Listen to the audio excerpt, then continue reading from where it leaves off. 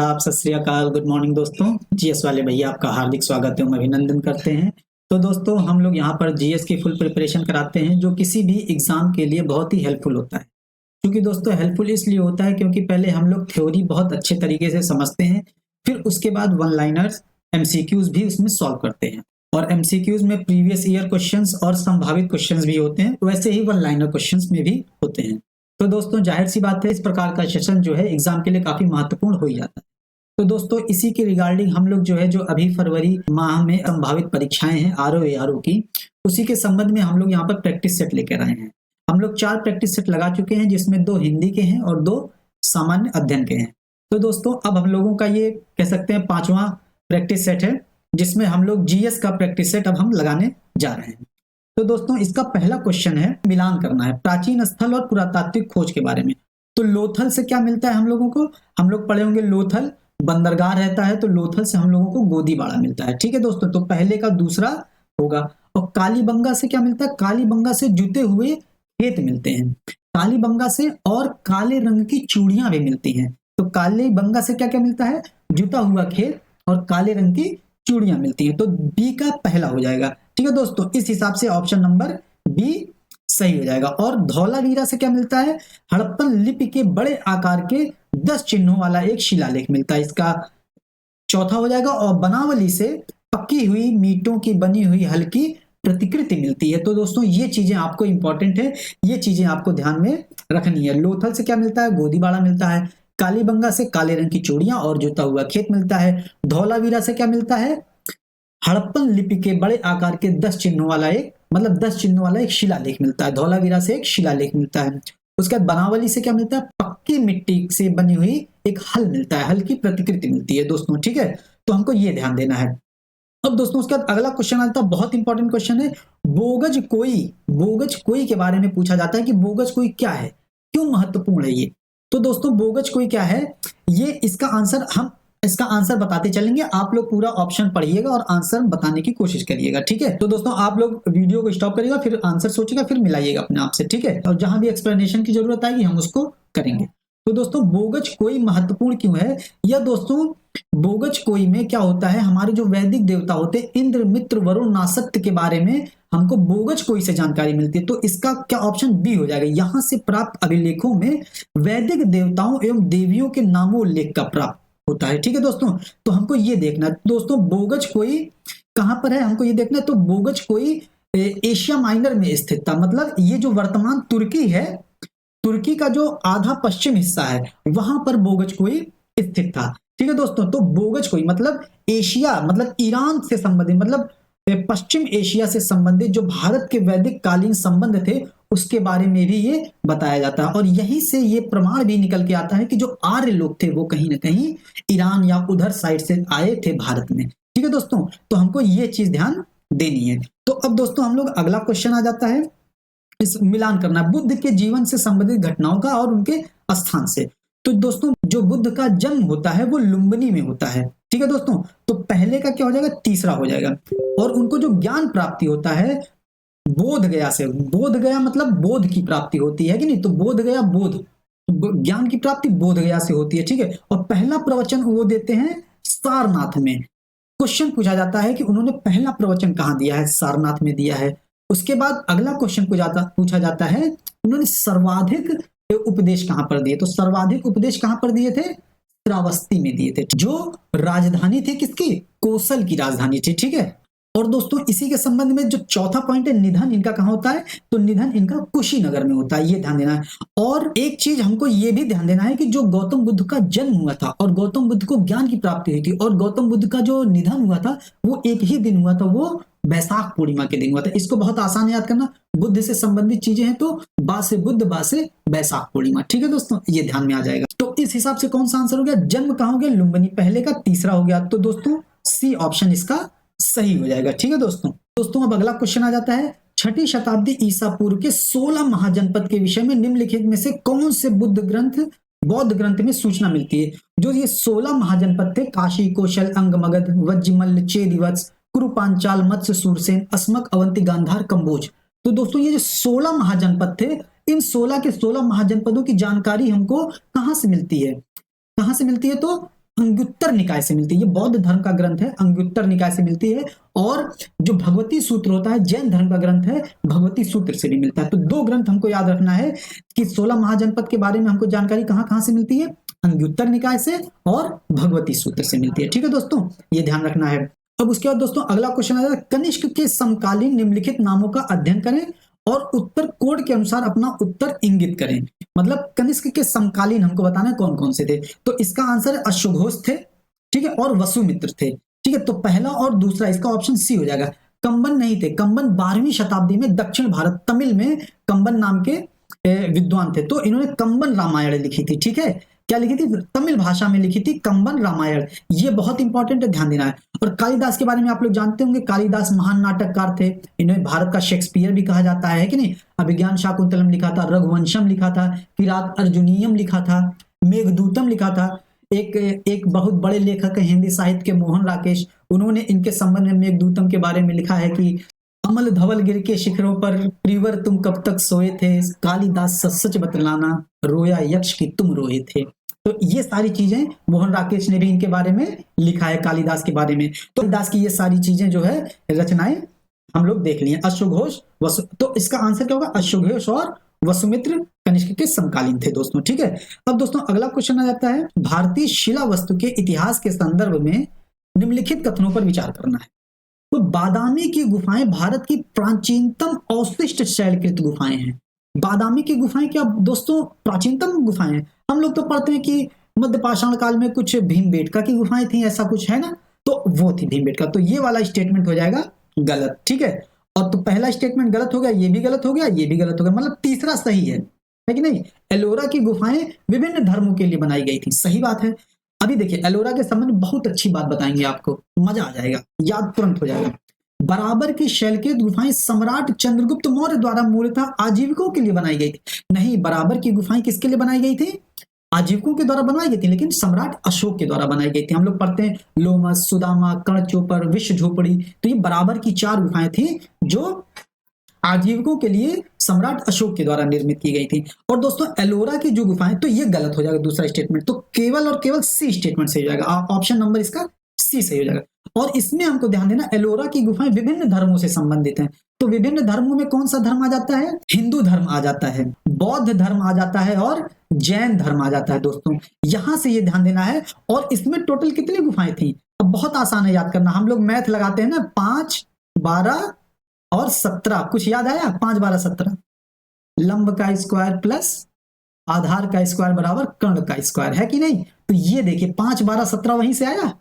अब देखिए बहुत आसान याद करना, तो सबसे ज्यादा गुफाएं एलोरा में किसकी मिली हैं, हिंदू धर्म से मिली है 17 गुफाएं, और उसके बाद बौद्ध धर्म से मिली है 12 गुफाएं, उसके बाद जैन धर्म से 5 गुफाएं मिली हैं। तो 17, 12, 29, 5, 34, तो टोटल कितनी गुफाएं मिली हैं, 34 गुफाएं मिली हैं। ठीक है दोस्तों, तो ऐसा नहीं है कि मतलब मैथ और रीजनिंग खाली वहीं लगेगा, हर जगह लगेगा। आप अगर हमसे जुड़े रहेंगे तो पूरी जीएस आपके टिप्स और आपके लिप्स पर होगी, और बहुत रोचक तरीके से होगी। ठीक है, क्योंकि आइंस्टीन ने भी बोला है कि गणित ज्ञान का संगीत है। तो उस संगीत का प्रयोग हम लोग मनोरंजन के तौर पर विद्या अध्ययन में लगाते हैं। पढ़ाई ऐसे होती है, हर चीज का लिंक हम आपको हर जगह से कराएंगे। ठीक है दोस्तों, अब देखिए, अब ये आसानी से याद हो जाएगा आप लोगों को। अब देखते हैं अगला, मोहम्मद गोरी के सबसे पहले किसने पराजित किया था। इसका आंसर हो जाएगा भीमदुत्ती ने पराजित किया था। दोस्तों गुजरात में भीमदुत्ती राजा थे। ये किसके संरक्षण में थे, ये अपनी माँ के संरक्षण में, माँ नायिका देवी के संरक्षण में थे। तो जो इनकी माँ थी, माँ नायिका देवी थी, उन्हीं के नेतृत्व में युद्ध लड़ा गया था और भीमदुत्ती उनके संरक्षण में थे। माउंट आबू पर्वत पर गोरी को जो है हराया गया था। तो दोस्तों ये देखिए नायिका देवी थी, इतिहास में कितना प्रसिद्ध थी, लेकिन यहां पर क्वेश्चन पूछा है राजा, मतलब इतिहास ने भी जो है महिलाओं को ज्यादा तवज्जो नहीं दिया है। समय बदल रहा है अब, है कि नहीं। ये सब असर पितृसत्तात्मक सत्ता का है। ठीक है दोस्तों, हम लोग कुछ ही महिलाओं के बारे में पढ़ते हैं, जैसे मां नायिका देवी हो गई, रजिया बेगम हो गई, रानी झांसी की रानी हो गई, अभी गोंडवाना लैंड की फेमस थी दुर्गावती थी, है कि नहीं। तो कुछ महिलाएं ऐसी थी जो भारतीय इतिहास में प्रसिद्ध रही हैं। तो दोस्तों अब इसका आंसर क्या हो जाएगा, मोहम्मद गोरी को किसने हराया, भीमदुत्ती ने हराया था। अब अगला क्वेश्चन आता, ख्वाजा मोइनुद्दीन चिश्ती किसके शिष्य थे।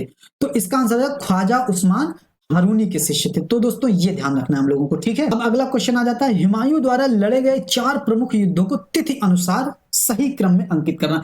बहुत इंपॉर्टेंट है, बहुत आसान भी है, बहुत अभी अच्छी तरीके से याद करा देंगे आपको। अब देखिए इसका जो आंसर होगा दोहरिया, कन्नौज, चौसा, नहीं दोहरिया, चौसा, कन्नौज, सरहिंद, ये हो जाएगा, डी ऑप्शन हो जाएगा, ठीक है। अब देखिए दोस्तों जो दोहरिया का युद्ध था वो 1500 की बात है, तो 1531-32 में हुआ था दोहरिया। दोहरिया मतलब दो, तो 1532 आप याद कर लेंगे तो कोई गड़बड़ नहीं होगा। उसका चौसा का युद्ध हुआ था 1539 में हुआ था, चौसा का युद्ध। उसके बाद आता कन्नौज का युद्ध। कन्नौज का युद्ध हुआ था 1540 में हुआ था। अच्छा, सरहिंद का युद्ध हुआ था 1555 में। अब देखिए कैसे याद करना। दोहरिया का युद्ध ये हुमायूं द्वारा लड़े गए 4 युद्ध। दोहरिया का युद्ध मतलब 2 आ रहा है तो आप इसको 1532 से रिलेट कर सकते हैं दोस्तों, ठीक है, ये हो गया। उसके बाद चौसा और कन्नौज का युद्ध। कन्नौज के युद्ध को बिलग्राम का भी युद्ध कहा जाता है। तो बिलग्राम का युद्ध हुआ था या कन्नौज का युद्ध हुआ था 1540 में। इसी युद्ध के बाद हुमायूं भारत छोड़कर भाग गए, ईरान चले गए, पश्चिम एशिया चले गए। अब मतलब बिलग्राम के युद्ध में आप इसको इस तरीके से रिलेट कर सकते हैं कि बिलग्राम के युद्ध से हुमायूं बिल में घुस गए, तो याद हो जाएगा। अब 1555 में सरहिंद का युद्ध होता है, हुमायूं की वापसी होती है, तो हिंद के युद्ध में, सरहिंद के युद्ध में उनकी हिंद में वापसी होती है। कितना आसान है याद करना, दोहरिया, चौसा, बिलग्राम, सरहिंद, कितना आसानी से याद हो गया है कि नहीं। तो ऐसे ही याद कर लेना। तो इसका आंसर क्या हो जाएगा, दोहरिया, चौसा, कन्नौज और सरहिंद। अब देखिए दोस्तों अगला क्वेश्चन हम लोग देख लेते हैं। निम्नलिखित कथनों पर विचार करना, कौन सा कथन सही है। रॉबर्ट क्लाइव बंगाल का प्रथम गवर्नर जनरल थे, ये हम लोग पढ़ चुके हैं, ठीक है। विलियम बेंटिक भारत का प्रथम गवर्नर जनरल था। तो विलियम बेंटिक के बारे में तो हम तो जानते हैं, रेगुलेटिंग एक्ट की क्लास जब पढ़ रहे थे, दोनों स्टेटमेंट पढ़े रेगुलेटिंग एक्ट की क्लास में। नहीं देखें तो देखिए एक क्वेश्चन बाहर नहीं जाएगा हमारे से पढ़ाया हुआ, और जो हमारे द्वारा पढ़ाया हुआ क्वेश्चन बाहर चला गया वो फिर कोई नहीं कर पाएगा, ठीक है। अब इसका देखते हैं कि तो रॉबर्ट क्लाइव बंगाल का प्रथम गवर्नर जनरल था, ये तो बात गलत हो गई, क्योंकि रॉबर्ट क्लाइव बंगाल का पहला गवर्नर था जब बक्सर का युद्ध हुआ था 1764 में। उसके बाद 1765 से 1767 तक, 1765 से 1767 तक रॉबर्ट क्लाइव बंगाल का गवर्नर होता है। और उसके पहले जब प्लासी का युद्ध होता है 1757 में, मतलब दोनों युद्ध के बाद, प्लासी के युद्ध के बाद और बक्सर के युद्ध के बाद रॉबर्ट क्लाइव बंगाल का गवर्नर आता है।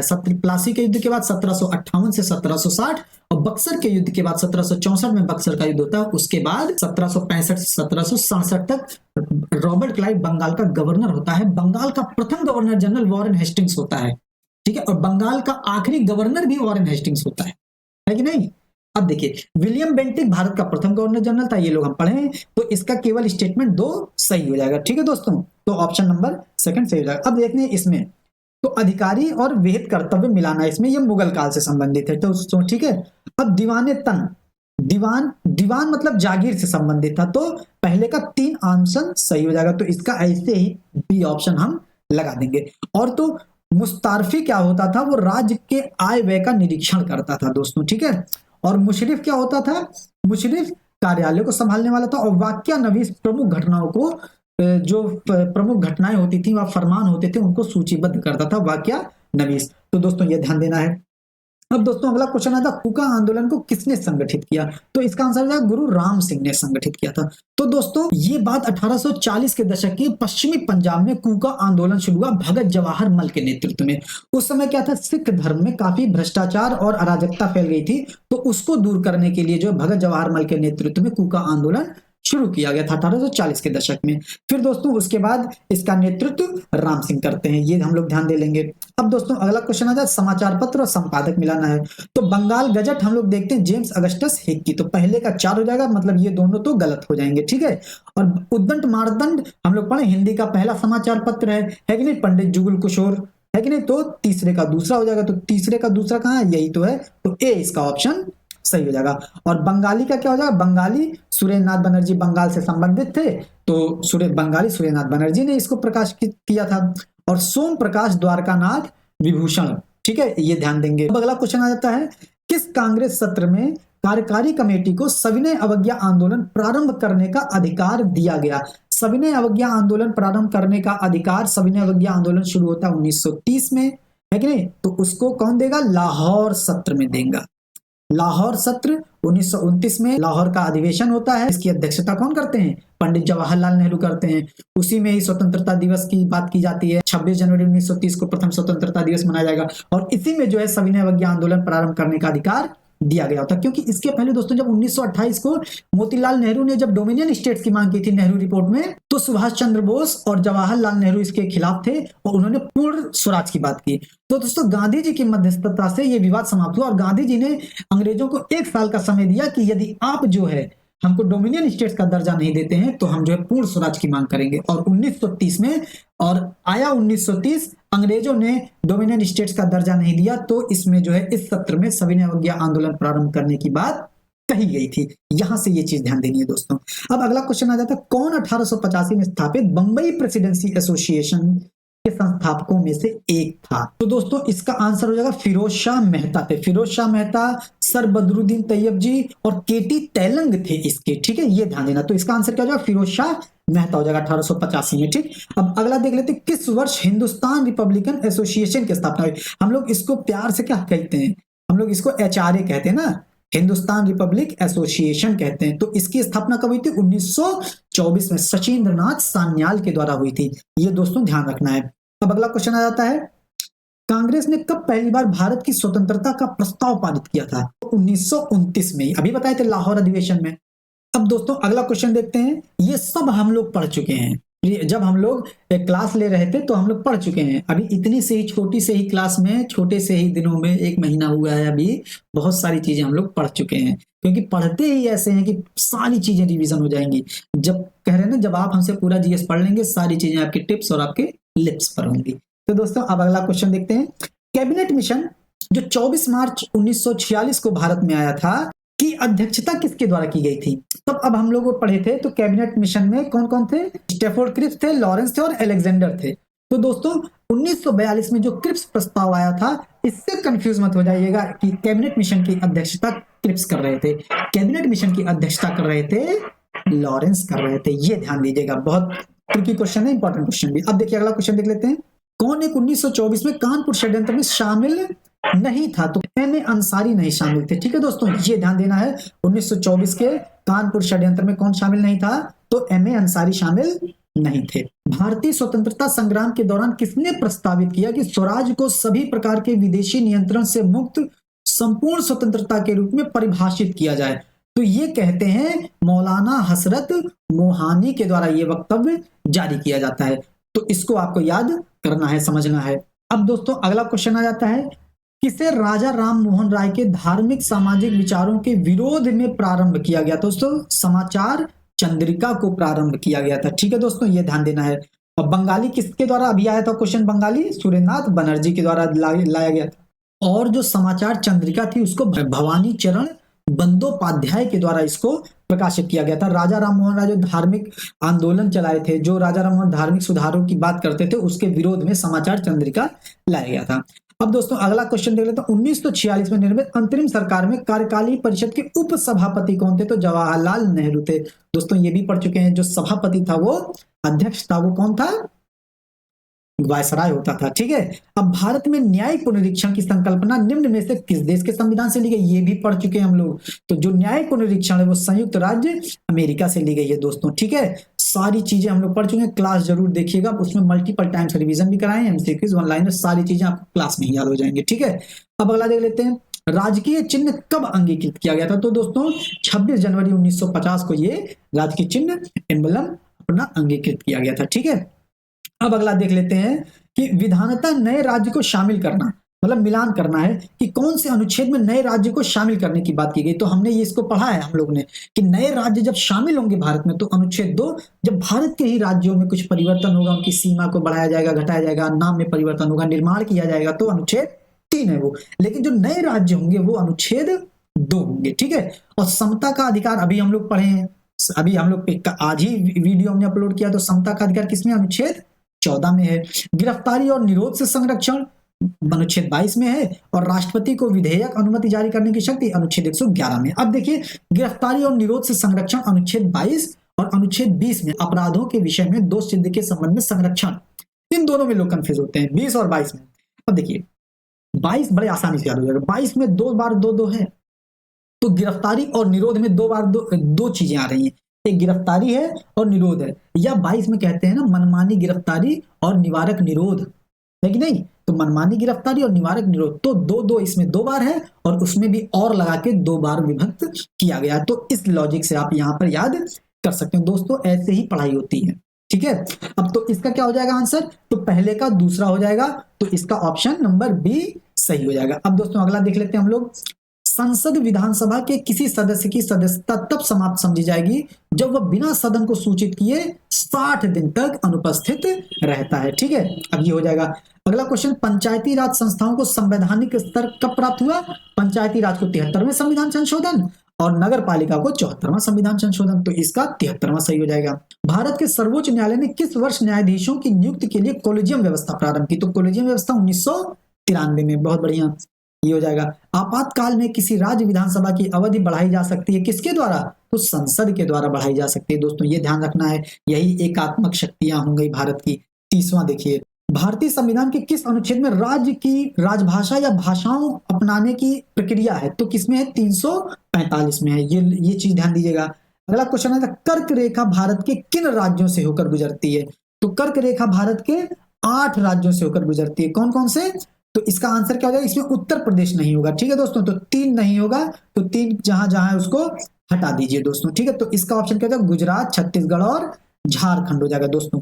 तो कर्क रेखा भारत के कितने कितने राज्यों से होकर गुजरती है दोस्तों, ये देखना है। देखिए गुजरात हो जाएगा, राजस्थान के बांसवाड़ा जिला से गुजरती है, मध्य प्रदेश का टूटा हुआ हिस्सा छत्तीसगढ़, उसके बाद झारखंड, पश्चिम बंगाल, त्रिपुरा और मिजोरम। ये क्रम से याद रखना, क्रम भी पूछ लेता है। तो कौन कौन से दोस्तों हो गए, गुजरात, राजस्थान, मध्य प्रदेश, छत्तीसगढ़, झारखंड, पश्चिम बंगाल, त्रिपुरा और मिजोरम हो गए दोस्तों। आप लोगों को ये चीजें ध्यान देनी है। अब अगला क्वेश्चन आ जाता है, भारत के किस प्रदेश की सीमाएं 3 देशों नेपाल, भूटान और चीन से मिलती हैं, तो कौन सा ऐसा प्रदेश है जिसकी सीमाएं मिलती हैं, वो है सिक्किम है दोस्तों। ठीक है, अब अगला देख लेते हैं, लघु हिमालय स्थित है, कहां पर लघु हिमालय स्थित है दोस्तों, ट्रांस हिमालय आता है, फिर महान हिमालय आता है।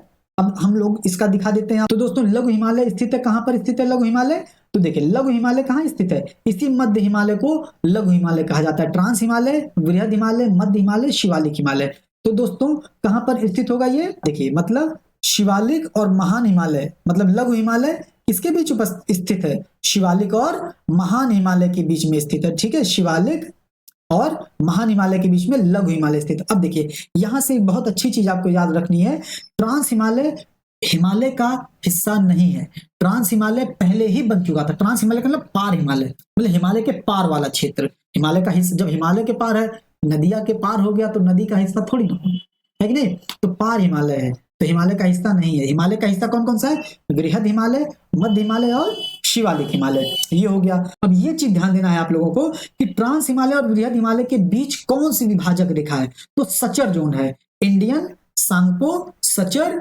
जोन, ये ध्यान रखना। आप सचर जोन से याद कर सकते हैं और इंग्लिश में ही याद करिएगा, क्योंकि इंग्लिश में जब आप याद करेंगे तो कंफ्यूजन नहीं होगा। ठीक है, अब वृहद हिमालय और मध्य हिमालय के बीच में क्या है, मेन सेंट्रल थ्रस्ट है, एमसीटी है, ये याद रखना है। बृहद हिमालय और मध्य हिमालय के बीच में मेन सेंट्रल थ्रस्ट है, और मध्य हिमालय और शिवालिक हिमालय के बीच में जो विभाजक रेखा है वो मेन सीमांत दर्रा, मेन बाउंड्री फॉल्ट है, एमबीएफ है। तो दोस्तों ये ध्यान रखना है, ITSZ, MCT और MBF, मेन बाउंड्री फॉल्ट, ये आप लोगों को ध्यान में रखना है। तो इसका आंसर क्या हो जाएगा, शिवालिक और महान हिमालय। तो दोस्तों अगला क्वेश्चन देख लेते हैं हम लोग, कौन सा युग्म सुमेलित नहीं है, मतलब दर्रों का मिलान करना, तो शिवकीला बाड़ा लाचा दर्रा हिमाचल प्रदेश में सुमेलित है, बॉमडिला दर्रा अरुणाचल प्रदेश में है, ये भी सुमेलित है, नाथुला सिक्किम में है, तो ये सुमेलित नहीं है। जो जिला लद्दाख में है, जो जिला हम लोग देखते हैं कारगिल और लेह लद्दाख को मिलाता है। तो दोस्तों इसका आंसर क्या हो जाएगा, सी हो जाएगा, क्योंकि गलत स्टेटमेंट पूछा है तो ये हो जाएगा। अब कह रहा है कि कौन सा एक सुमेलित नहीं है, ये तो बिहू नृत्य कहाँ का है, बिहू असम का है, ठीक है सही बात है। ओणम, ओणम आंध्र प्रदेश का नहीं, ओणम कहाँ का है, केरल का है। पोंगल, पोंगल तमिलनाडु का है, ठीक है। बैसाखी पंजाब का है, ठीक है ये भी है। तो इसका आंसर क्या हो जाएगा, ओणम, ओणम कहाँ का है, केरल का है दोस्तों, ये हो जाएगा। अब कह रहा है कि निम्नलिखित में से किस नदी का उद्गम स्थल भारत में नहीं है, तो किसका नहीं है, सतलज का भारत में नहीं, सतलज का कहाँ है, मानसरोवर, राकसताल कहा जाता है, ठीक है। और ब्यास, ब्यास का कहाँ है, बारी कुंड, बास से ब्यास, बास से बारी कुंड, ठीक है। और रावी, रा से रोहतांग दर्रा है कि नहीं, ये देख लेना। और ये रावी रोहतांग दर्रा है और ब्यास भी रोहतांग दर्रा, लेकिन ब्यास बारीक कुंड जलाशय होता है वहां से निकलती है, और रावी भी नदी जो है रोहतांग दर्रे से निकलती है, और चिनाब लाहुल स्पीति से निकलती है चिनाब। ठीक है दोस्तों, ये ध्यान रखना है आपको। मिलान करना है जलप्रपात और नदी। तो दोस्तों दूध सागर है मांडवी नदी, तो पहले का 4 हो जाएगा, मतलब ये दोनों गलत हो गए। और जोग गरसोप्पा हम लोग पढ़ते हैं, जोग या गरसोप्पा कहाँ है, शरावती, तो चौथे का 3 हो जाएगा भैया, चौथे का 3, तो ए स्टेटमेंट इसका सही जाएगा। और डुडुमा देखिए कहाँ है, मत्स्य कुंड में है। और उसके बाद गोकाक कहाँ है, गोकाक घाट प्रभा में है, और घाट प्रभा कहाँ है, महाराष्ट्र में। ठीक है दोस्तों, ये ध्यान देना है। अब अगला क्वेश्चन आ जाता है, किसे जंगल की आग कहते हैं। तो जो दोस्तों बहुत इंपॉर्टेंट, जंगल की आग ब्यूटिया मोनोस्पर्मा को कहते हैं, ये ध्यान देना है। अब अगला क्वेश्चन आ जाता है, हमको मिलान करना है, परमाणु विद्युत संयंत्र किस राज्य में है। ठीक है, तो थाल, मुनुगुरु, काकरापारा कहाँ हम लोग पढ़े थे, काकरापारा जो आसान है वो पहले मिला लेते हैं, काकरापारा गुजरात में है, तो सी का दूसरा हो जाएगा, मतलब बी और डी में कोई ना कोई सही होगा। कैगा कर्नाटक में है, तो बी का डी का 4 होगा, तो तीसरा चौथा ऑप्शन इसका सही हो जाएगा। और थाल कहाँ है, थाल महाराष्ट्र में है। अब देखिए इसको बहुत आसानी से भी याद कराएंगे। और मुनुगुरु कहाँ है, मुनुगुरु तेलंगाना में, थाल महाराष्ट्र में है।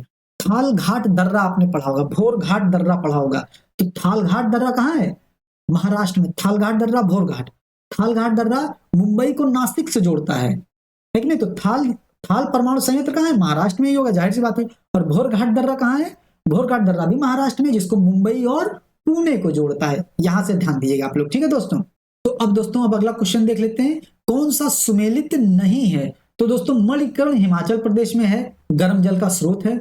ज्वालामुखी भी हिमाचल प्रदेश में, दोस्तों जम्मू कश्मीर में ज्वालामुखी नहीं है ये।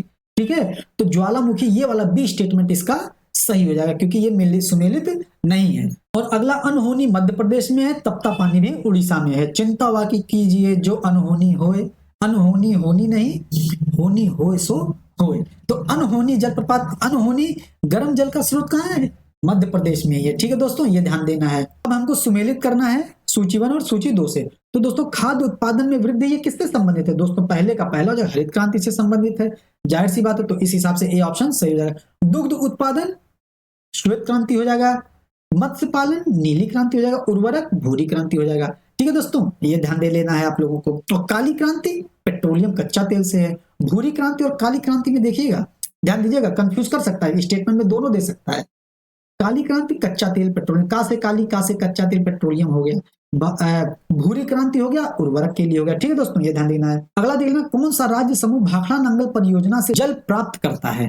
ठीक है, कौन सा राज्य समूह, तो कौन कौन से राज्य समूह, जम्मू कश्मीर नहीं प्राप्त करता, उत्तर प्रदेश तो नहीं प्राप्त करता, हरियाणा पंजाब राजस्थान, हरियाणा उत्तर प्रदेश राजस्थान भाखड़ा नांगल बांध से, तो इसका हो जाएगा हरियाणा पंजाब और राजस्थान आंसर हो जाएगा। ठीक है दोस्तों, अब दोस्तों अब अगला क्वेश्चन देख लेते हैं। मोना लोआ एक सक्रिय ज्वालामुखी है, तो मोना लोआ कहाँ है दोस्तों, हवाई द्वीप में है। तो दोस्तों मोना लोआ कहाँ पर है, हवाई द्वीप में। ये रहा मोना लोआ, ये संयुक्त राज्य अमेरिका के बगल में हो, ये एक हवाई द्वीप है, यूएसए का हिस्सा है, तो यहीं पर है, हवाईयन द्वीप समूह में ही है मोना लोआ ज्वालामुखी दोस्तों। ठीक है, तो जब भी क्वेश्चन मिले आप लोग तुरंत मैप पलट के देखा करिए। मैप 1-2 दिनों में दोस्तों नहीं तैयार होता। मैप जब भी कोई स्थान आए आप तुरंत मैप में देखिए, तो उससे मैप आपका बहुत अच्छे तरीके से तैयार होता है। ये नहीं कि जब ज्योग्राफी पढ़ेंगे तभी मैप देखेंगे, 1-1.5 महीने का सेशन में जो मैपिंग नहीं तैयार होती। मैप जब आप लोग पढ़िए मैप के ही साथ पढ़िए। ठीक है दोस्तों, अब अगला देखते हैं।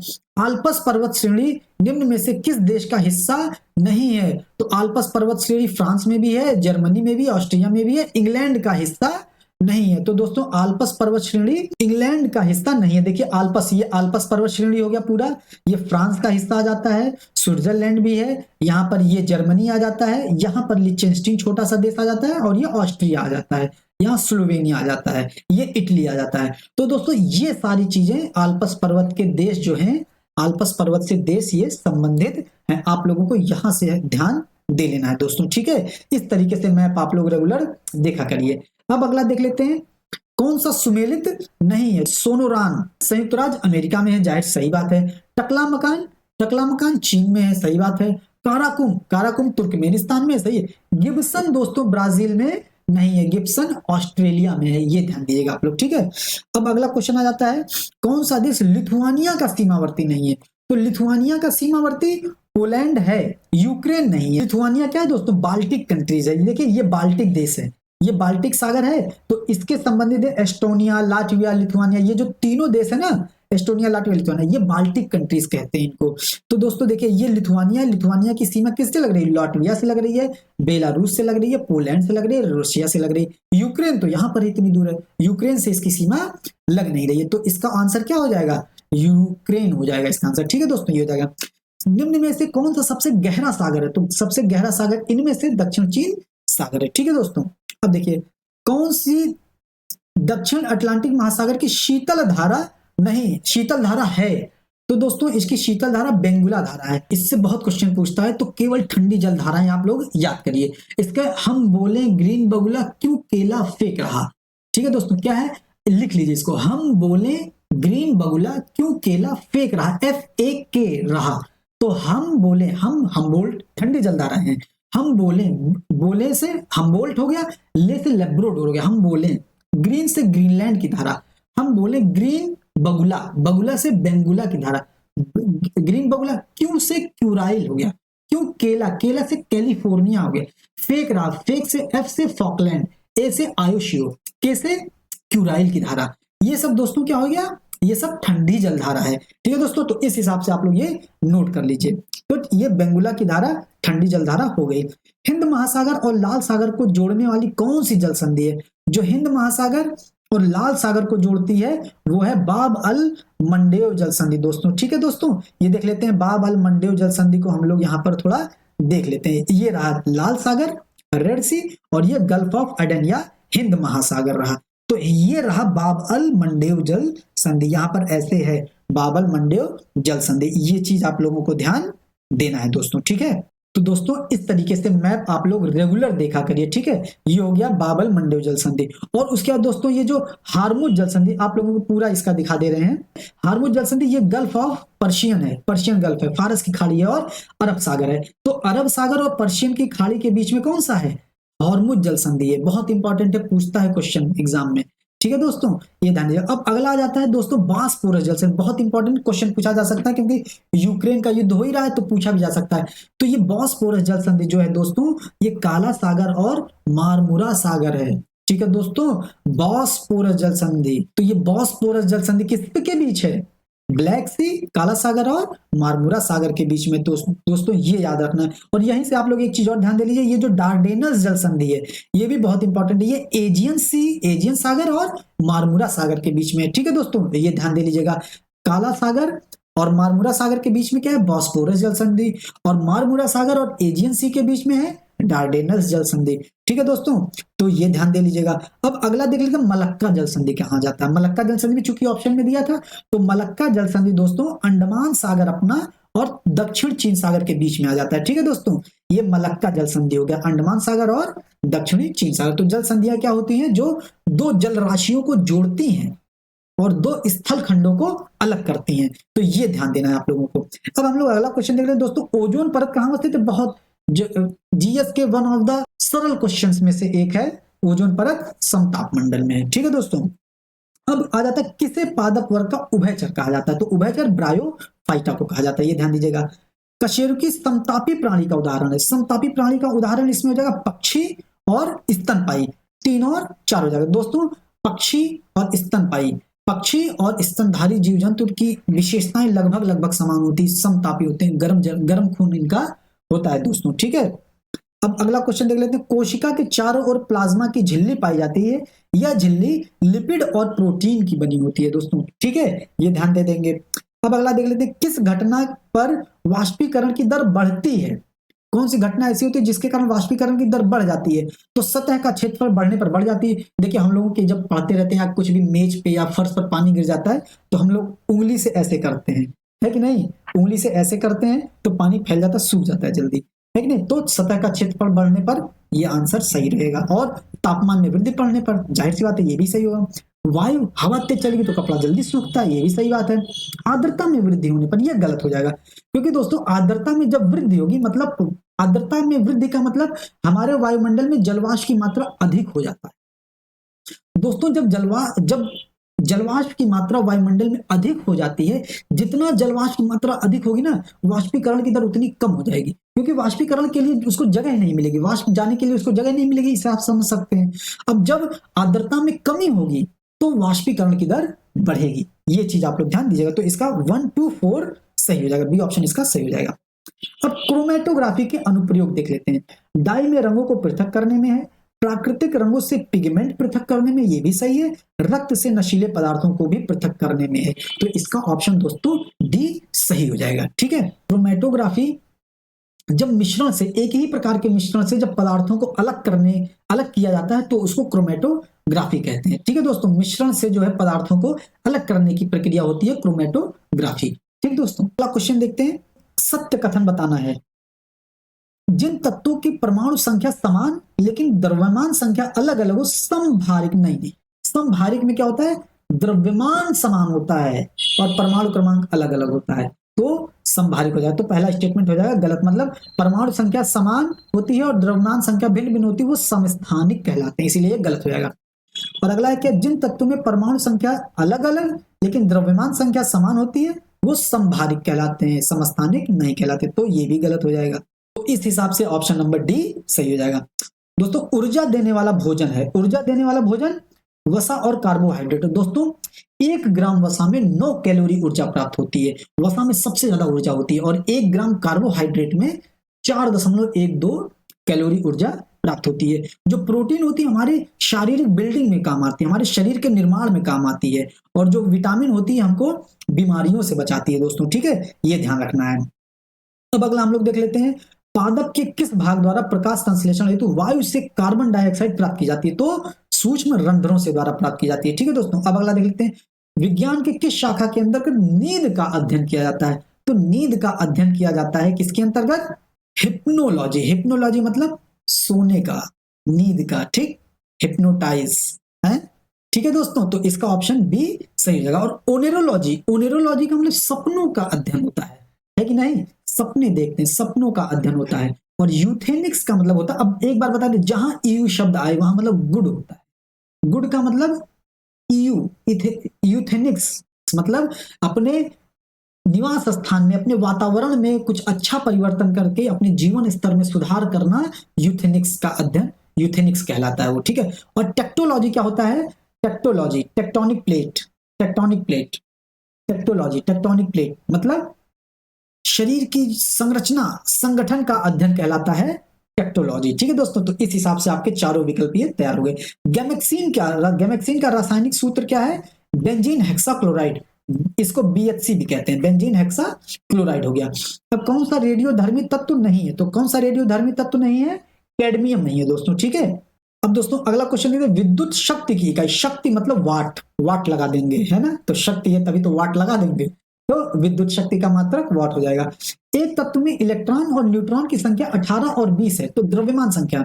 तो दोस्तों हम लोगों को पता है कि नाभिक में प्रोटॉन और न्यूट्रॉन होते हैं, और इलेक्ट्रॉन नाभिक के चारों ओर चक्कर लगाता है, लेकिन जो नाभिक में प्रोटॉन होता है और इलेक्ट्रॉन होता है उन दोनों की संख्या बराबर होती है, तो प्रोटॉन की संख्या जोड़ देंगे और न्यूट्रॉन की संख्या जोड़ देंगे, तो 18 20 38 इसका आंसर सही हो जाएगा दोस्तों। ठीक है, ये जगह बेकेलाइट निम्नलिखित में से किसके संघनन से बनता है, तो बेकेलाइट दोस्तों फिनॉल और फॉर्मेल्डिहाइड के संघनन से बनता है, ये ध्यान रखना है। ठीक है, बेकेलाइट क्या है, बेकेलाइट थर्मोसेटिंग प्लास्टिक का उदाहरण है कि नहीं, हम लोग प्लास्टिक के बारे में भी पढ़ते हैं।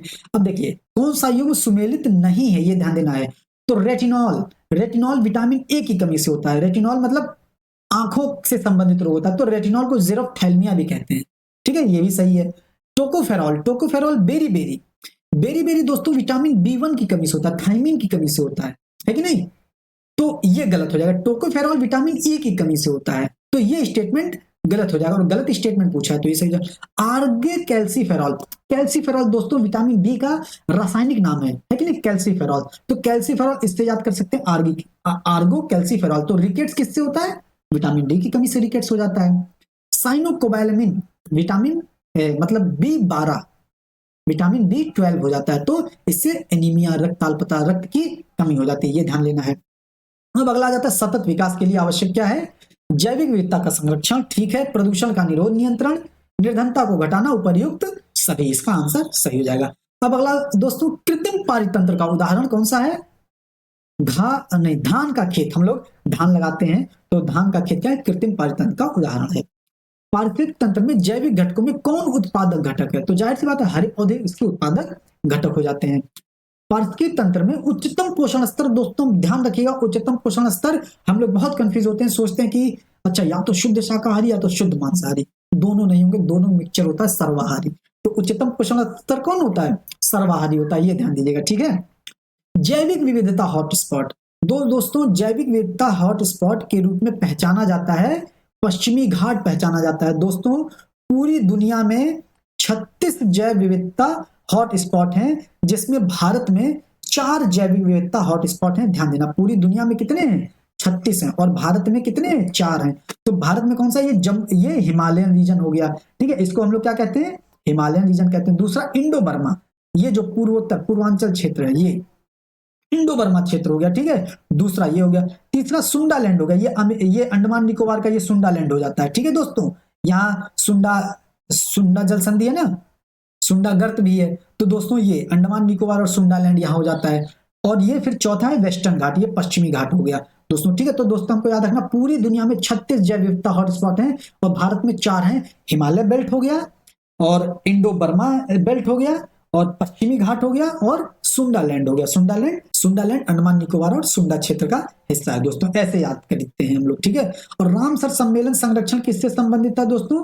रामसर सम्मेलन नम भूमि से संबंधित था, आर्द्र भूमियों से संबंधित था। हम लोग पढ़ते हैं 2 फरवरी 1971 को रामसर सम्मेलन हुआ था, है कि नहीं? ईरान के शहर रामसर में रामसर सम्मेलन हुआ था, तो वहां से आर्द्र भूमि कॉन्सेप्ट आया, ठीक है दोस्तों। अब अगला देखते हैं, पर्यावरण में ग्रीन हाउस प्रभाव में वृद्धि होती है कार्बन मोनोऑक्साइड के कारण, कार्बन डाइऑक्साइड के कारण, ऑक्सीजन के कारण? कोई नहीं, ग्रीन हाउस में कार्बन डाइऑक्साइड के कारण वृद्धि होती है दोस्तों। क्योटो प्रोटोकॉल 1997 में आया था, जलवायु परिवर्तन से संबंधित था, ठीक है। इसको लागू किया गया था 2005 में दोस्तों, ये ध्यान देना है, ठीक है। हम लोगों क्योटो प्रोटोकॉल आया था जलवायु परिवर्तन से संबंधित, और मॉन्ट्रियल प्रोटोकॉल आया था ओजोन परत से संरक्षण से संबंधित में, ठीक है। ये ध्यान देना, क्वेश्चन पूछता है। और आर्द्र भूमि संरक्षण से संबंधित अभी रामसर सम्मेलन आया है कि नहीं, 1971 2 फरवरी। अब अगला क्वेश्चन देख लेते हैं, भारत में वन क्षेत्र का ह्रास भारत के जनांकिकीय संक्रमण से प्रत्यक्षता संबंधित रहा। मतलब अगर भारत में वन क्षेत्र घटेगा तो जनसंख्या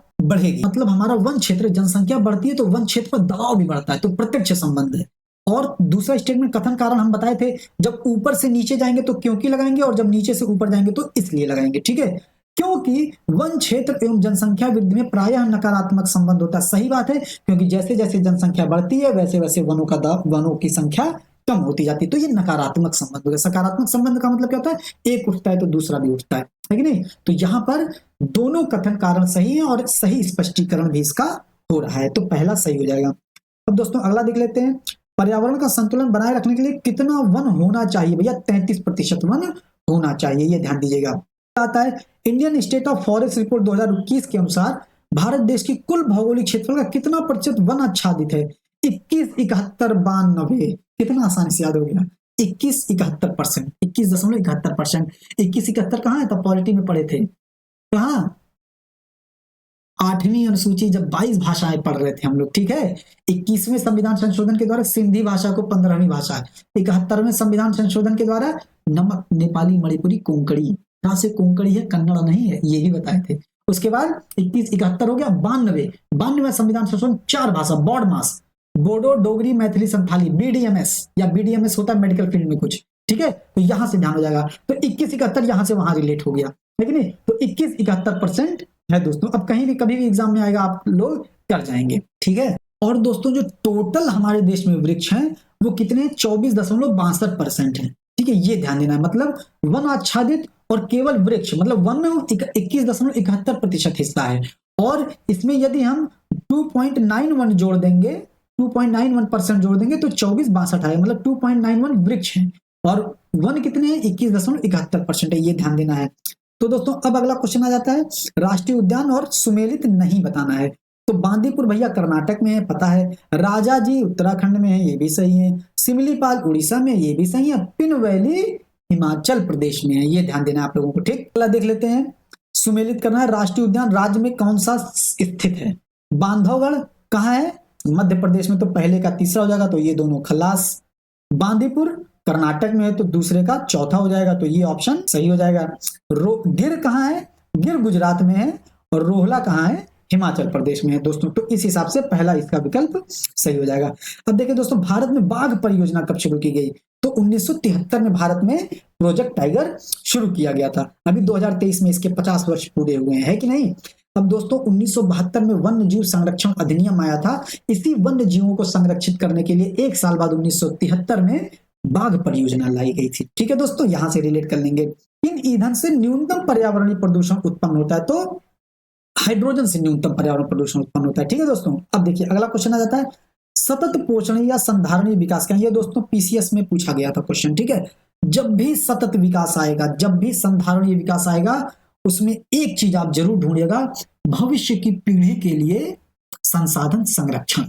ये होगा तभी सतत विकास होगा, अन्यथा सतत विकास नहीं होगा। तो अब देख लेते हैं कहाँ है संधारणीय विकास। विकास का हुआ प्रतिरूप है जो हमारी वर्तमान आवश्यकताओं की पूर्ति के साथ साथ भविष्य की पीढ़ियों की आवश्यकता की पूर्ति का ध्यान रखती है दोस्तों।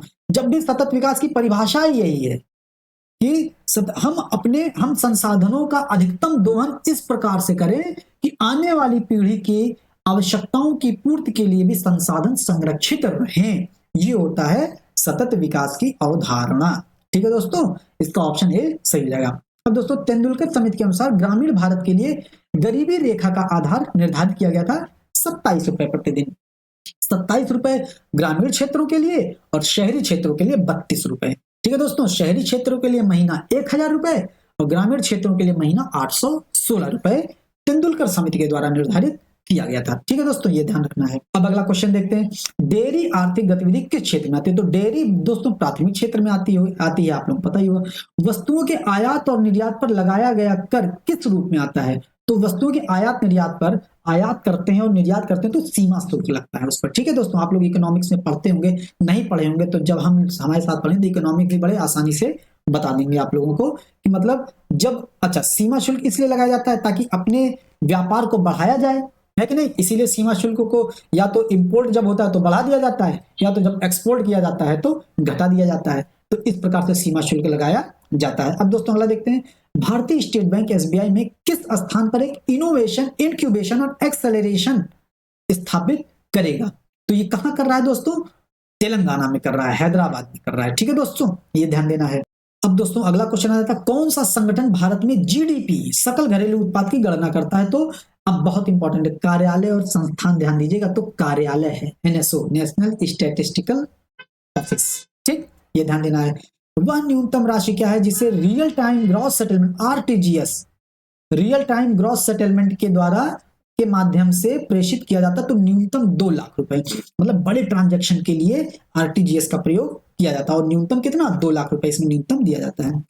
अब आ जाता है पीडीएस, पब्लिक डिस्ट्रीब्यूटिव सिस्टम, मतलब सार्वजनिक वितरण प्रणाली के बारे में कौन सा कथन सही है? ध्यान देना है, यह एक भारतीय खाद्य सुरक्षा प्रणाली है जो उपभोक्ता मामलों, खाद्य और सार्वजनिक वितरण मंत्रालय के तहत स्थापित की जाती है। ये सही स्टेटमेंट है। यह केंद्र और राज्य सरकारों की संयुक्त जिम्मेदारी के तहत संचालित हो। दोस्तों ये भी सही है। यह सरकारी अनाज भंडारों में खाद्यान्न के बफर स्टॉक को बनाए रखता है। ये भी सही है। बफर स्टॉक बनता है तभी तो हम लोगों को वितरित होता है। तो इसके सारे के सारे स्टेटमेंट सही है, सी ऑप्शन सही हो जाएगा। अब अगला क्वेश्चन है, सरकार का बजट किसका वित्तीय विवरण है? अब दोस्तों अनुमानित व्यय और अनुमानित प्राप्तियों का विवरण है। वास्तविक व्यय और वास्तविक प्राप्तियों का विवरण है, बहुत इंपॉर्टेंट है, ध्यान दीजिए। अनुमान लगाता है, बजट आता है आने वाले वर्षों का ही तो बजट होता है, तो अनुमान लगाता है बजट। ठीक है दोस्तों, ये ध्यान दीजिएगा। कौन सी पूंजीगत प्राप्तियां हैं? तो पूंजीगत प्राप्तियां कर, लाभांश लाभ, ऋण, ऋणों की वसूली, विदेशों से प्राप्त अनुदान। डी ऑप्शन इसका सही हो जाएगा। तो पूंजीगत प्राप्तियां दोस्तों क्या होती हैं? ऐसी प्राप्तियां जो हमारी देनदारियों को बढ़ाती हैं और हमारी संपत्तियों को कम करती हैं, वो होती है पूंजीगत प्राप्तियां। और हम लोग राजस्व प्राप्तियां पिछले सेशन में पढ़ चुके थे। राजस्व प्राप्तियां क्या होती हैं? जो ना तो हमारी देनदारियों को बढ़ाएं और ना ही हमारी परिसंपत्तियों को कम करें, है कि नहीं? अब मान लीजिए राजस्व प्राप्ति जो होती है, हम कर देते हैं सरकार को, तो हम सरकार को कर देते हैं तो क्या सरकार हमको कर वापस करती है? नहीं, तो सरकार की देनदारी बढ़ती नहीं है कि नहीं? तो ना ही सरकार की परिसंपत्तियां कम होती है। हम कर दे रहे हैं तो क्या सरकार की परिसंपत्ति कम हो रही? नहीं कम हो रही। तो राजस्व प्राप्ति में क्या होता है, हम कर देते हैं, तो इससे रिलेट करके समझेगा। राजस्व प्राप्तियों में जब हम कर देते हैं तो सरकार की ना तो परिसंपत्तियों में कमी होती है और ना ही देनदारियों में वृद्धि होती है। लेकिन पूंजीगत प्राप्तियों में, पूंजीगत प्राप्तियां क्या होती है, अब देखिए ऋण हम लेते हैं, तो जब हम ऋण लेंगे तो हमारी देनदारियां बढ़ेंगी ना, है कि नहीं? हमारी देनदारियां बढ़ती हैं और परिसंपत्तियां कम होती हैं। कैसे? जब ऋण चुकाना होता है तो हम अपने कुछ संपत्तियों को बेचते हैं या कुछ करके, या हम विनिवेश करते हैं। विनिवेश क्या करता है? सार्वजनिक संपत्ति का बेचना, है कि नहीं? सार्वजनिक संपत्ति को हम निवेश कर देते हैं, बेच देते हैं, तो विनिवेश हो जाता है। ठीक है, वो क्या हो जाता है, हमारी परिसंपत्तियां कम हो गई। तो दोस्तों ये होता है राजस्व प्राप्तियों में पूंजीगत प्राप्ति। एक बार फिर से देख लेते हैं, राजस्व प्राप्तियों में क्या होता है, ना तो सरकार की देनदारियां बढ़ती हैं, ना ही परिसंपत्तियां कम होती हैं। और पूंजीगत प्राप्तियों में देनदारियां सरकार की बढ़ती हैं और परिसंपत्तियां कम होती हैं, ये ध्यान देना है। ठीक, तो अब अगला क्वेश्चन आ जाता है, उत्तर प्रदेश विधान परिषद का गठन कब किया गया? तो दोस्तों उत्तर प्रदेश विधान परिषद का गठन 1937 में किया गया था। दोस्तों विधान परिषद का गठन किया गया था। और उत्तर प्रदेश विधानसभा का गठन 1952 में जब आम चुनाव हुए थे तो उसमें किया गया था, ये ध्यान देना है। ठीक है दोस्तों, अब अगला क्वेश्चन देख लेते हैं, उत्तर प्रदेश में नगर निगम का प्रमुख कहलाता है दोस्तों मेयर कहलाता है। नगर निगम का प्रमुख मेयर कहलाता है, बहुत इंपॉर्टेंट है, ध्यान देना है। ठीक है, और दोस्तों जो ये मेयर होता है ये प्रत्यक्ष रूप से नगरों में चुना जाता है और इसका कार्यकाल कितना होता है, 5 वर्ष का कार्यकाल होता है। और एक बात और ध्यान देना, 2 वर्ष के भीतर, मतलब इसके चुने जाने के 2 वर्ष के भीतर इस पर हटाया नहीं जा सकता है। मतलब अविश्वास प्रस्ताव पास नहीं किया जाएगा, अविश्वास प्रस्ताव नहीं लाया जाएगा। ठीक है दोस्तों, ये ध्यान देना है हम लोगों को। उत्तर प्रदेश का राजकीय चिन्ह में शामिल नहीं है भैया, धनुष है। धनुष है तो तीर भी होगा, और मछली की आंख में मारना ही है, तो मोर नहीं है। ठीक, ये ध्यान देना है। मछली की आंख में कौन मारा था? अर्जुन मारे थे। धनुष तीर मछली है। अब देखिए, उत्तर प्रदेश राज्य पिछड़ा वर्ग आयोग का गठन कब हुआ था? तो उत्तर प्रदेश राज्य पिछड़ा वर्ग का आयोग का गठन 9 मार्च 1993 को हुआ था। तो दोस्तों ये ध्यान देना है, जब अभी पिछले क्लास में पढ़े थे समानता के अधिकारों में अनुच्छेद 16 के तहत जब इंदिरा साहनी वाद आता है 1992 में, उसके बाद जो होता है पिछड़ा वर्ग आयोग अधिनियम 1992 आता है। और पहला पिछड़ा वर्ग आयोग 1953 में काका कालेलकर की अध्यक्षता में आता है, और दूसरा पिछड़ा वर्ग आयोग 1979 में बिंदेश्वरी प्रसाद मंडल की अध्यक्षता में आता है, जिसको मंडल कमीशन भी कहते हैं, है कि नहीं? तो अब क्या होता है दोस्तों, इसी के संबंध में हम लोग देखते हैं 102वां संविधान संशोधन 2018 को होता है, और इसी पिछड़े वर्ग आयोग को एक संवैधानिक दर्जा दे दिया जाता है दोस्तों, है कि नहीं? तो ये सारी दोस्तों ऐसे पढ़ते हैं, जहां भी चीजें हैं उसको पूरा रिवीजन कर लिया करिए। ठीक है, central potato research station Modinagar में, मोदीपुरम में है। ठीक है दोस्तों, ये ध्यान देना है। उत्तर प्रदेश राज्य का प्रथम जैव औद्योगिक पार्क बख्शी का तालाब लखनऊ में है। ठीक है दोस्तों, ये ध्यान देना है। उत्तर प्रदेश का कौन सा जिला अमृत सरोवर निर्माण में प्रथम स्थान पर है? लखीमपुर खीरी है प्रथम स्थान दोस्तों। ठीक है दोस्तों, ये ध्यान देना है। उत्तर प्रदेश सरकार की आय का सबसे बड़ा भाग कहां से आता है? तो आय का सबसे बड़ा भाग व्यापार कर से आता है। ठीक है दोस्तों, इसका बी ऑप्शन सही हो जाएगा। अब दोस्तों अगला क्वेश्चन देख लेते हैं, बुंदेलखंड एक्सप्रेस वे कितने जिलों से होकर गुजरता है? तो दोस्तों कितने जिलों से होकर गुजरता है बुंदेलखंड एक्सप्रेस? 6 जिलों से होकर गुजरता है। ठीक है दोस्तों, ये ध्यान देना है। तो बुंदेलखंड एक्सप्रेस कौन कौन से जिलों से होकर गुजरता है? सबसे पहले चित्रकूट से शुरू होता है, महोबा में आता है, फिर हमीरपुर आता है, फिर आता है जालौन, औरैया, फिर इटावा में ये आगरा लखनऊ एक्सप्रेसवे से मिल जाता है। और ये कितना होता है? 296 किलोमीटर का ये बुंदेलखंड एक्सप्रेसवे है। तो दोस्तों चित्रकूट याद करना जरूरी है। चित्रकूट, महोबा, हमीरपुर, जालौन, औरैया, इटावा दोस्तों। ठीक है, ये हम लोगों को याद करना आवश्यक है। अब दोस्तों अगला क्वेश्चन आ जाता है, उत्तर प्रदेश में अफीम का सबसे बड़ा उत्पादक जिला बाराबंकी है। अंग्रेजों के समय से ही बाराबंकी अफीम उत्पादन के क्षेत्र में अव्वल है। तो और दोस्तों गाजीपुर में अफीम की पहली फैक्ट्री है। ठीक है दोस्तों, ये ध्यान देना है। हथनी कुंड बैराज 5 राज्यों की संयुक्त परियोजना है, कौन सा राज्य शामिल नहीं है दोस्तों? तो इसमें कौन सा राज्य शामिल नहीं है? तो इसमें उत्तराखंड शामिल नहीं है, ये ध्यान देना है। तो 1872 में हथनी कुंड बैराज का निर्माण किया गया था। ठीक है, 5 राज्य इसमें शामिल है। तो 5 राज्य कौन कौन से इसमें शामिल है? हरियाणा हो गया, उत्तर प्रदेश हो गया, राजस्थान हो गया, 3 तो यहीं से आपको मिल गए, है कि नहीं? अब 2 आपको याद करने हैं, 2 कौन कौन सा हो जाएगा? हिमाचल और दिल्ली हो जाएगा दोस्तों। कौन कौन से हो गए? हिमाचल, दिल्ली, राजस्थान, उत्तर प्रदेश हरियाणा हो गया दोस्तों। ये हो गया हथनीकुंड बैराज का। उत्तर प्रदेश वानिकी परियोजना की शुरुआत कब की गई दोस्तों? तो मार्च 1998 में की गई थी। ठीक है, ये ध्यान देना है। अब अगला हम लोग देख लेते हैं दोस्तों, मिलान करना वन्य जीव अभ्यारण्य स्थान से कछुआ। कछुआ कहाँ है दोस्तों? कछुआ है वाराणसी में। ठीक, कछुआ अभ्यारण्य वाराणसी में। पटना बहुत इंपॉर्टेंट है, पटना लोग बिहार ऑप्शन में देगा भी। पटना कहाँ है? एटा में है। पटना कहाँ है? पटना अभ्यारण्य एटा में है। ये मत कहिएगा पटना जो है मतलब उत्तर प्रदेश में। पटना अभ्यारण्य एटा उत्तर प्रदेश में है। पार्वती अर्गा गोंडा में है। ठीक है, विजय सागर महोबा में है। ये ध्यान देना, अर्गा गा गोंडा। ठीक, पटना एटा, कछुआ वाराणसी, विजय सागर महोबा। तो दोस्तों पहले का 3 सी ऑप्शन इसका सही हो जाएगा। ठीक है दोस्तों, उत्तर प्रदेश में सर्वप्रथम स्थापित पक्षी विहार नवाबगंज पक्षी विहार उन्नाव के पास है कि नहीं? ये हो जाएगा। सांडी पक्षी विहार कहाँ है दोस्तों? हरदोई में है। ओखला पक्षी विहार कहाँ है? गौतम बुद्ध नगर में। सुरहाताल कहाँ है? बलिया में, चित्तू पांडे है कि नहीं? सुरहाताल। अब अगला देख लेते हैं, एशिया का सबसे बड़ा एथेनॉल प्लांट उत्तर प्रदेश के किस जिले में स्थापित किया जा रहा है? तो गोंडा में स्थापित किया जा रहा है दोस्तों। ठीक है, ये ध्यान दीजिएगा। किस देश के साथ द्विपक्षीय समुद्री स्लाइनेक्स 2023 हिस्सा लिया? अब देखिए, स्लाइनेक्स एसएल मतलब श्रीलंका हो गया। ये एसएल का मतलब श्रीलंका हो गया, और आईएन का मतलब इंडिया हो गया, और ईएक्स का मतलब एक्सरसाइज हो गया। 90 से ज्यादा प्रतिशत जो एक्सरसाइज होते हैं ना, जो सैन्य अभ्यास होते हैं, वो उनके नाम से ही आ जाता है दोस्तों। ठीक है, तो ये ध्यान देना है। अब अगला देख लेते हैं, कौन सा देश हाल में उत्तर अटलांटिक संधि नाटो का 31वां सदस्य बना है दोस्तों? फिनलैंड बना है। ठीक, स्वीडन भी बनने वाला था, लेकिन तुर्की और ईरान ने इसका विरोध किया था, इसलिए स्वीडन नहीं बन पाया, फिनलैंड बना है अभी। अब अगला दोस्तों देख लेते हैं, 2023-24 में पहली द्विमासिक मौद्रिक नीति समीक्षा बैठक के लिए निर्णय के बाद कौन सा मिलान सही करना? तो रेपो रेट 6.5%, ये भी सही है।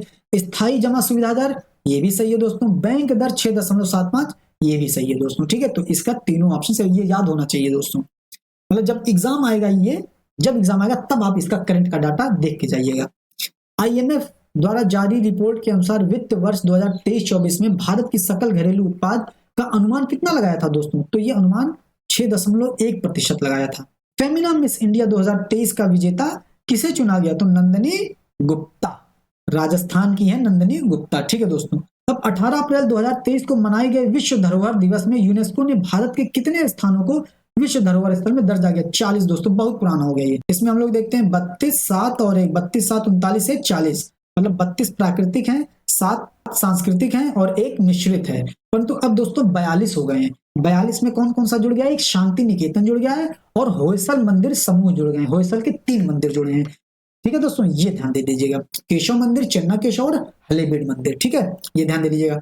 अब देखिए, पहला वैश्विक बौद्ध शिखर सम्मेलन कहाँ आयोजित हुआ दोस्तों? तो नई दिल्ली में आयोजित हुआ। ठीक, अब दोस्तों अगला दिन, इसरो द्वारा हाल ही में एनवीएस उपग्रह के प्रक्षेपण के लिए के संदर्भ में कौन सा कथन सत्य है? यह नौवहन सेवाओं की निगरानी के लिए बनाया गया था, सही बात है। यह प्रक्षेपण भूस्थिर उपग्रह प्रक्षेपण यान के माध्यम से किया गया था, ये भी दोस्तों सही बात है। सतीश धवन अंतरिक्ष यान श्रीहरिकोटा से लॉन्च किया गया था दोस्तों, ये भी सही है। ठीक है, अब दोस्तों अगला देख लेते हैं, भारतीय विशिष्ट पहचान प्राधिकरण unique identification authority of India के नए सीईओ नियुक्त किए गए हैं, अमित अग्रवाल जी नियुक्त किए गए हैं। ठीक है दोस्तों, ये ध्यान देख लेना। अगला क्वेश्चन आ जाता है, वर्ष 2023 की राष्ट्रीय संस्थान रैंकिंग फ्रेमवर्क में किसे ओवरऑल रैंकिंग में पहला स्थान मिला? तो आईआईटी मद्रास को मिला दोस्तों, ये ध्यान दीजिएगा।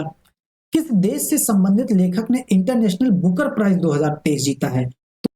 बुल्गारिया का जीता है दोस्तों। ठीक है, ये ध्यान देना है। हाल ही में नए केंद्रीय सतर्कता आयुक्त किसे नियुक्त किया गया है? तो प्रवीण कुमार श्रीवास्तव है दोस्तों, इनको नियुक्त किया गया है। तो अब अगला क्वेश्चन आ जाता है, इनमें से किसे त्रिपुरा राज्य पर्यटन के नए ब्रांड एम्बेसडर के रूप में चुना गया? तो सौरभ गांगुली को चुना गया है। उसके बाद अगला क्वेश्चन, इनमें से कौन भारत के नए कानून मंत्री बनाए? तो पहले किरण रिजिजू थे, अब आ गए हैं अर्जुन राम मेघवाल आ गए हैं। ठीक है दोस्तों, ये ध्यान दीजिएगा। अगला क्वेश्चन आ जाता है, पुलित्जर पुरस्कार किस क्षेत्र में प्रदान किया जाता है? तो पत्रकारिता के क्षेत्र में प्रदान किया जाता है दोस्तों। ठीक है दोस्तों, अब इस तरीके से हम लोगों ने 120 क्वेश्चन जीएस के सॉल्व कर लिए हैं। और दोस्तों अब आप लोग हमको कमेंट सेक्शन में ये बताइएगा कि रीजनिंग के क्वेश्चन कराने हैं कि नहीं कराने हैं, रीजनिंग मैथ के अगर कराने होंगे तो आपको रीजनिंग मैथ भी बहुत अच्छे तरीके से समझा देंगे, कोई दिक्कत नहीं होगी, हमें तो कोई दिक्कत नहीं होगी। बस आप लोग कमेंट सेक्शन में बताइएगा 20 क्वेश्चन ये रीजनिंग मैथ के जो कराने होते हैं, कराने हैं कि नहीं कराने हैं, कमेंट सेक्शन में आप लोग जरूर लिख के बताइएगा। और इसका हम लोग ये जो आंसर इसका यहाँ पर इसके आंसर भी हम लोग आपको प्रोवाइड करा दे रहे हैं दोस्तों, ठीक है। तो दोस्तों इसी के साथ अपना सेशन आज का समाप्त होता है। सेशन आपको जरूर पसंद आया होगा, तो सेशन पसंद आया हो तो इसको लाइक कीजिएगा, शेयर कीजिएगा, सब्सक्राइब कीजिएगा और रिवीजन जरूर कीजिएगा दोस्तों। रिवीजन मस्ट है, जब तक रिवीजन नहीं होगा आपका इंप्रूवमेंट नहीं होगा, ठीक है। 90 से 95% लोग यही गलती करते हैं, revision, MCQs, PYQs, one liner solve करते ही नहीं है, इसीलिए सिलेक्शन से दूर हो जाते हैं। तो दोस्तों पूरा अच्छी तरीके से पढ़िएगा और इसी के साथ सेशन को समाप्त किया जाता है। जय हिंद, जय भारत।